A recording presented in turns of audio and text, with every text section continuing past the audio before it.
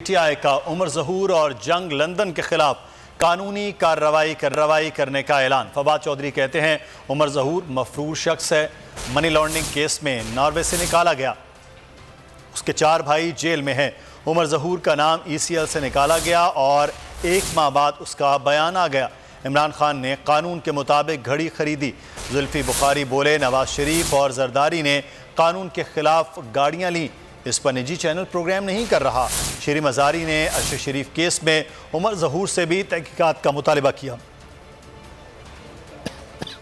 عمر کے کسی شخص کو یہ گھڑی نہیں بیچی ہے۔ عمر ظہور کون ہے؟ ناروے میں یہ فیملی رہتی تھی، 4 بھائی ہیں، 4 میں سے 3 بھائی جو ہیں وہ ناروے میں جیل میں۔ خود عمر ظہور کے اوپر منی لانڈرنگ کا کیس ہوا، اس کو اس کے بعد ECL سے بھی ہٹایا گیا۔ جو ہی شہزاد اکبر اور رضوان شہید کے خلاف ایک FIR کٹی، اس کے فوراً بعد جو عمر ظہور ہے اس کا نام ECL سے ہٹایا گیا۔ جو چیز قانون کے خلاف ہے، توشہ خانہ کے رولز کے خلاف جو ہے وہ ایک گاڑیاں آصف علی زرداری کے پاس بھی موجود ہیں اس وقت، اور نواز شریف کے پاس بھی موجود ہے اس وقت۔ ارشد شریف کی شہادت اسی کے ساتھ ملتی ہے۔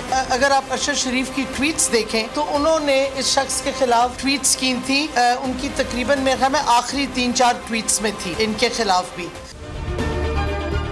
اگر یہ ویڈیو آپ کو پسند آئی ہے تو ہمارے چینل کو سبسکرائب کیجئے اور بیل آئیکن کو کلک کیجئے۔ بول نے ہمیشہ حق و صداقت کا ساتھ دیا، سچ کے ساتھ کھڑا رہا۔